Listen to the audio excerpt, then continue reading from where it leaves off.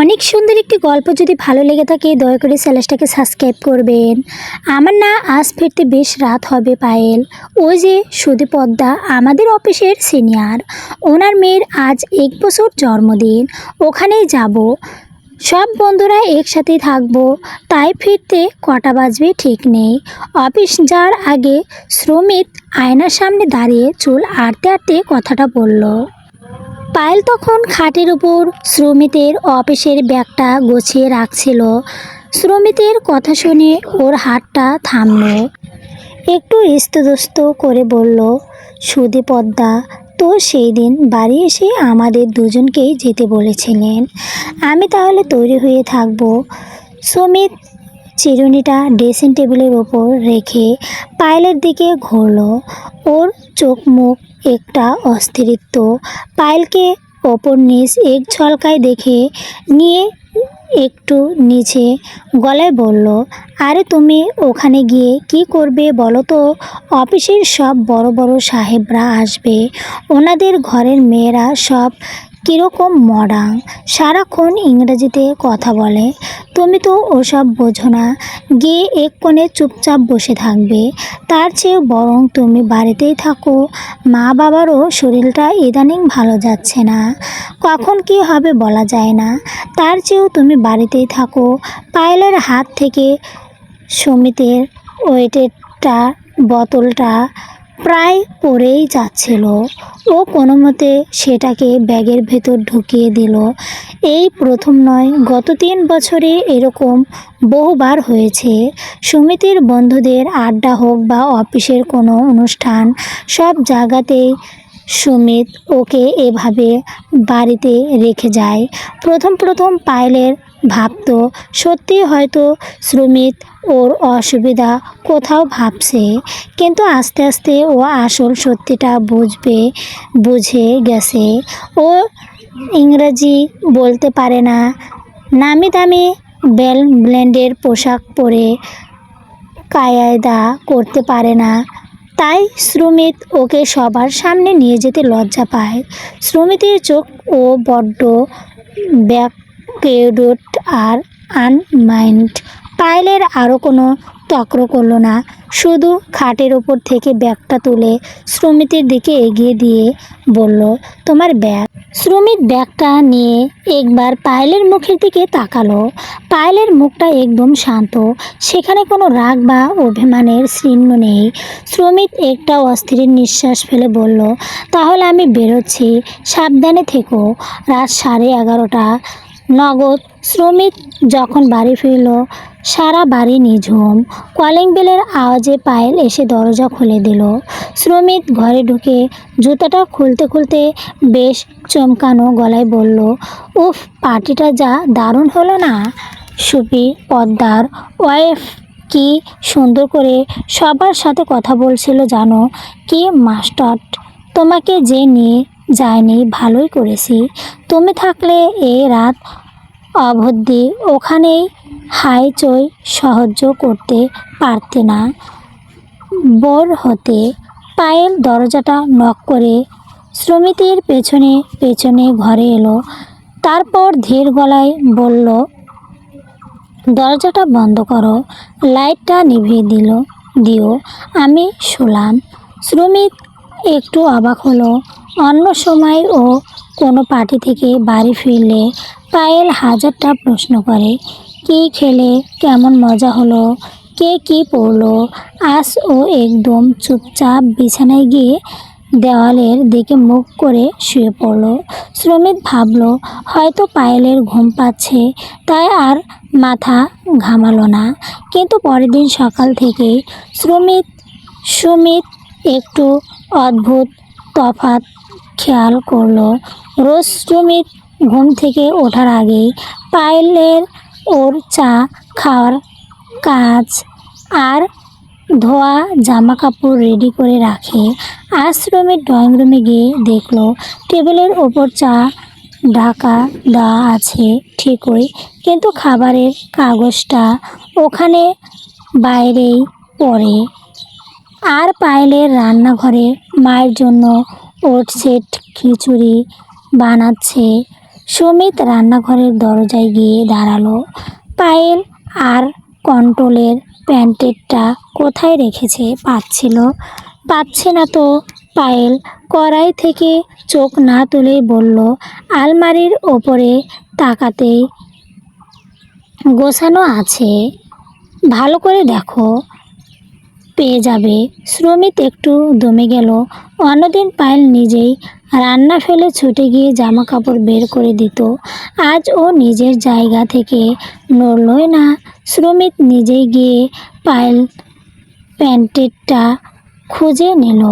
Office যাওয়ার সময় সুমিত দেখল ওর রুমাল আর মানিব্যাগটা খাটের ওপর পড়ে আছে। রোজ পায়েল এগুলো ওর হাতে তুলে দেয়। সুমিত ব্যাগটা কাঁধে নিয়ে বলল, পায়েল আছি। রুমালটা টেবিলে রেখেই পারতো, খাটের ওপর পড়ে আছে। পায়েল তখন ঘর মুছছিল। ও সোজা হয়ে দাঁড়িয়ে শান্ত মুখে বলল, তোমার জিনিস তুমি প্যাকেট পুরো নিলেই পরে। সুমিত, আমি তো আর অফিসে যাচ্ছি না। সুমিত হাঁ করে পায়েলের দিকে তাকিয়ে রইল। পায়েলের গলার আওয়াজে কোনো রাগ ছিল না, ঝগড়া করার কোনো মানসিকতা ছিল না। একদম সাধারণ কথাটা বলল। কিন্তু সুমিতের মনে হলো পায়েলের এই শান্ত রূপটা যেন চেনা, পায়েলের চেয়ে অনেক বেশি অচেনা। ও আর কিছু না বলে তাড়িঘড়ি ঘর থেকে বেরিয়ে গেল। দিনগুলো নিজের নিয়মে কাটাচ্ছিল। সুমিতের প্রথম পায়েলের ওই বদলে ওয়েটেরটা নিয়ে একটু খাটকা লাগলো। আস্তে আস্তে ও অসুস্থ হয়ে গেল। ও ভাবলো, যাক বাবা, ঝোল ঝামেলা তো নেই। পায়েল আর কোথাও যাওয়ার জন্য বায়না ধরল না, বন্ধু বান্ধবদের নিয়ে খোঁচায় না, নিজের মতো থাকে। সুমিতও নিজের অফিস পার্টি আর বন্ধুদের আড্ডা নিয়ে মেতে রইল। কিন্তু পায়েল এই শান্ত হয়ে যাওয়ার আড়ালে নিজেকে অন্যভাবে তৈরি করছিল। সংসারের খাটোনাটি কাজ যা ওর আগে একদম নিখুঁতভাবে এক হাতে করত, যেমন সুমিতের জুতো পালিশ করা, ওর জামা বোতাম ছিঁড়ে গেলে তখনই সেলাই করে দেওয়া, বা সুমিত অফিস থেকে ফেরার ঠিক 10 মিনিট আগে গরম গরম টিফিন তৈরি করা, সেই সব ও আস্তে আস্তে কমিয়ে দিল। ও নিজের জন্য সময় বের করতে শুরু করলো। একদিন দুপুরে শাশুড়ি মা ঘুমিয়ে পড়ার পর পায়েল আলমারির একদম নিচে তাক থেকে একটা পুরনো পিসিকোর ব্যাগ বের করলো। ওটার ভেতরে একটা মরচে ধরা কচি, কয়েকটা সুতোর রিল আর একটা পুরনো সেলাইয়ের বই ছিল। বিয়ের আগে পায়েলের বেশ ভালোই সেলাইয়ের কাজ জানতো। ব্লাউজ আর কুর্তি কাটিংয়ের ওর হাতে খুব ভালো ছিল। কিন্তু এই কয়েক বছরে সুমিত আর ওই সংসারের চাকরে ওসব সুতো ছেড়ে কথাও ভুলেই গিয়েছিল। পায়েলের ব্যাগটা নিয়ে এসে বারান্দায় বসলো। একটা পুরনো সুতির শাড়ি বিছানায় বিছিয়ে ও বুকলেট দেখে মাপ জোট করতে লাগলো। ঠিক তখনই শাশুড়ি মা ঘর থেকে বেরালেন। পায়েলের কাণ্ড দেখে উনি একটু অবাক হয়ে বললেন, কি করছো বৌমা, দুপুরবেলা ওসব কি ছাড়তে বসেছো? পায়েল মুখ তুলে হাসলো, বলো মা, ভাবছি এটা দর্জির দোকানে যাব। পার ওই মোড়ার মাথাটায় যে রোমাদির দোকানটা আছে না, ওখানে গিয়ে একটু খোঁজ নেব। শাশুড়ি মা কপালে হাত ঠেলিয়ে বললেন, দর্জির দোকান কেন, আবার নতুন জামা বানাবে? পায়েল বলল, না মা, নিজের জন্য নয়, রামাদি এক হাতে আত্ম ব্লাউজ চুড়িদার বানাতে পারে না, একজন লোক খুঁজছি। আমি ভাবছি ওখানে গিয়ে 2-1 ঘন্টা কাজ করব। হাতটা তো তৈরি আছে, একটু প্রত্যাশ্রিত হয়ে যাবে। শাশুড়ি মা কিছুক্ষণ চুপ করে পায়েলের মুখের দিকে তাকিয়ে রইলেন। পায়েলের চোখ একটা জেদ দেখতে পেলেন উনি, কিন্তু আর বাধা দিলেন না। শুধু বললেন, সংসারের কাজ সামলে করতে পারলে করো, সুমিত যেন আবার অশান্তি না করে।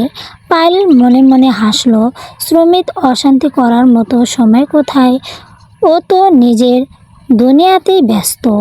পরের সপ্তাহ থেকেই পায়েলের রুটিন বদলে গেল। দুপুর 2টো থেকে বিকেল 4টে এর সময়টা ও রোমাদের দোকানে গিয়ে বসতো। প্রথম হাতটা একটু কাঁপছিল, কিন্তু কয়েকদিনের মধ্যেই ও রোমাদের দোকানের সবচেয়ে ফিনিশিং কাজ করা কারিগর হয়ে উঠল। রোমাদি খুশি হয়ে ওকে প্রথম মাসে শেষে কিছু টাকা হাতে দিল। টাকাটা হাতে নিয়ে পায়েলের চোখ কোনোটা কেন জানি একটু ভিজে উঠেছিল। বিয়ের পর এই প্রথম ও নিজের উপার্জনের টাকা ছিল। সুমিত ওকে প্রতি মাসে খরচের জন্য টাকা দিত ঠিকই, কিন্তু সেটার হিসাব দিতে হতো। আর এই টাকাটা একদম ওর নিজের। টাকাটা পেয়ে পায়েল প্রথম যে কাজটা করলো সেটা হলো একে একে বাজারে যাওয়া। আগে ওর সুমিত ছাড়া কখনো বড় বাজারে বা শপিং মলে যেত না। সুমিত তো ওকে সঙ্গে করে নিয়ে যেত। আজ ও এই রিক্সা ডেকে বড় বাজারে গেল। নিজের জন্য একটা সুন্দর তোলার শাড়ি কিনল, আর শাড়ির মায়ের জন্য একটা শাড়ি। সেই দিন সন্ধ্যায় সুমিত যখন বাড়ি ফিরল, ও ড্রয়িং রুমে পা রাখতেই পায়েলের পরানো নতুন শাড়িটার দিকে চোখ লাগালো। পায়েল এখন চা খাচ্ছিল। সুমিত ব্যাগটা সোফায় রেখে বলল, কী ব্যাপার পায়েল, এই শাড়িটা তো আগে দেখিনি, নতুন কিনলে নাকি? মা টাকা দিয়েছিল। পায়েল চায়ের কাপটা একটু চুমুক দিয়ে খুব সাধারণভাবে বলল, না মা দেয়নি, আমি নিজেই কিনেছি। সুমিত একটু হাসলো, যেন রসিকতা শুনল। তুমি কিনেছো মানে? তোমার কাছে টাকা কোথায়? আমার দেওয়া জমানো টাকা থেকে নাকি? পায়েল কাপটা টেবিলে নামিয়ে রেখে সুমিতের চোখের দিকে তাকালো। ওর চোখ এখন একটা সন্তুষ্ট আত্মবিশ্বাস। ও বলল, না সুমিত, তোমার টাকা থেকে নয়, মোড়ের মাথায় রোমাদির দোকানে আমি বিকালে সেলাইয়ের কাজ করছি গত 1 মাস ধরে। এটা আমার নিজের রোজগারের টাকায় কেনা। সুমিত একদম থমকে গেল। ও ভাবতেই পারেনি যে ওর 4 দেওয়ালের ভেতরে ইনোসেন্ট বউটা বাড়ি থেকে বেরোচ্ছে, কাজ করছে এবং টাকাও রোজগার করছে। সুমিত অহংকারে কোথায় যেন একটা বড় ধাক্কা লাগলো। ওর গলার স্বরটা একটু চড়িয়ে বলল, তুমি দর্জির দোকানে কাজ করছো? পাড়ার লোক শুনলে কি বলবে পায়েল? আমি কি মাইনে কম যে তোমাকে বাইরে গিয়ে সেলাইয়ের কাজ করতে হবে? সেই সংসারে কিসের অভাব তোমার? পায়েল একটু উত্তেজিত হলো না। ও সোফা থেকে উঠে দাঁড়িয়ে ঘরের জানালার দিকে তাকালো। বাইরে তখন সন্ধ্যার অন্ধকার নেমে এসেছে। ও বলল, সংসারে কিসের অভাব সেটা তো তুমি ভালোই জানো সুমিত। আর লোক লজ্জা, তুমি তো আমাকে কোথাও সাথে করে নিয়ে যাও না। পর লোক বা তোমার বন্ধুরা তো জানে না যে তোমার একটা বউ আছে, তাহলে আর লজ্জা কিসের? সুমিত মুখটা মুহূর্তের মধ্যে লাল হয়ে গেল। ও আর কোনো কথা খুঁজে পেল না। পায়েল সুমিতের পাশ কাটিয়ে রান্নাঘরের দিকে চলে গেল। রাতে রুটি করতে সুমিত ড্রয়িং রুমে একা দাঁড়িয়ে রইল। আর ওর মনে হতে লাগলো, পায়েলের এই সাবলীন্য হয়ে ওঠার দায়িত্বটা ও হয়তো আর কোনো দিনও পার করতে পারবে না। চলবে। গল্পটি অনেক সুন্দর। যদি ভালো লেগে থাকে দয়া করে চ্যানেলটাকে সাবস্ক্রাইব করবেন।